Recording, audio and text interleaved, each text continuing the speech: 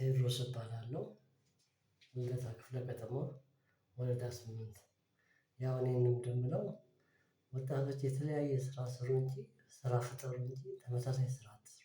አንዱ ሱቅ ከፈተ፣ አንዱ ንግድ ከፈተ፣ አንዱ ፑል ቤት ከፈተ ምናምን ብላችሁ ተመሳሳይ ስራ አትስሩ። ስራ ቀይሩ። ተለዋዋጭ ስራ ስሩ፣ ስራ ፍጠሩ። ስራ ፈጠራ ተጀምሯል።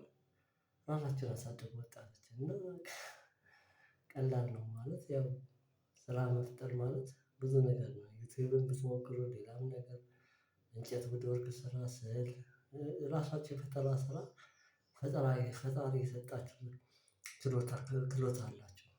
ማንኛውም ኔቸር የሰጣችሁ ነገር ስለሆነ ያንን ነገር ውዝዋዜም ሆነ ዳንስም ዘመናዊም ሆነ ውዝዋዜም ስዕልም አርት ምናምን የተለያየ ስራ አለ። ውድወርቅ ስራ ምናምን ስራ ፍጠሩ። አራዶች ናቸው ወጣቶች። ጭንቅላታቸውን አሰሩ እንጂ አሳድጉ። አመሰግናለሁ።